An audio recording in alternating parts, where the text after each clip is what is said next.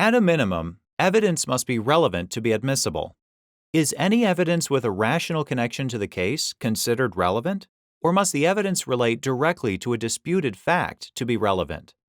The Montana Supreme Court addressed this question in State v. Larson. Myron Larson attended a barbecue and consumed alcohol. After several drinks, Larson borrowed a horse to ride. The horse's owner warned Larson that the horse was inexperienced, was hot-blooded, and would get upset if the reins were pulled back hard. Although Larson and the owner later disagreed over exactly what was said, they agreed that the owner also gave Larson some warning about allowing children on the horse. Initially, Larson rode the horse on his own. 5-year-old Brenda Perry then asked whether she could ride with Larson. Larson agreed, and Perry's mother placed Perry behind Larson's saddle, with Perry holding Larson around the waist. The horse started to buck. When Larson pulled on the reins, the horse reared up and fell over backward, landing on Larson and Perry. Perry was rushed to the hospital, where she died from her injuries. Larson's blood was drawn a few hours after the incident. At that time, Larson's blood alcohol content was 0.17 grams of alcohol per 100 milliliters of blood.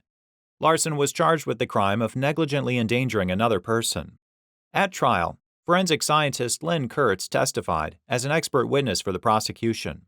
Based on Larson's blood alcohol content several hours after the incident, Kurtz estimated that Larson's blood alcohol content at the time of the incident was between 0.20 and 0.27.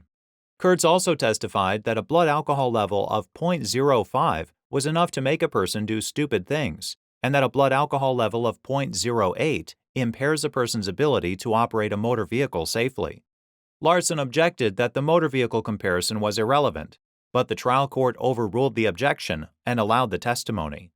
During closing arguments, the prosecution argued that because Larson had been too drunk to operate a motor vehicle safely, he had been too drunk to safely allow a child to ride with him on a spirited horse.